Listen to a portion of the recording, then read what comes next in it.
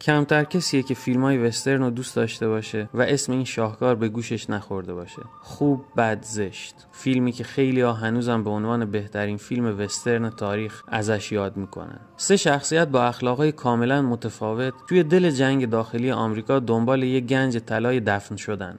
رقابت بینشون هم خنده‌داره، هم خشن، هم پر از تنشه و توی این بازی فقط یه چیز مهمه، این که زرنگتر از بقیه باشی. کارگردان این فیلم سرجیو لئونه است، کسی که با همین فیلم سبک وسترن اسپاگتی رو به اوج رسوند. اما ستاره اصلی اون بدون شک کلینت اسووده. با نگاه سرد، کم حرفی و اون کاریزمای منحصر به فردش تبدیل شد به نماد یک قهرمان وسترن.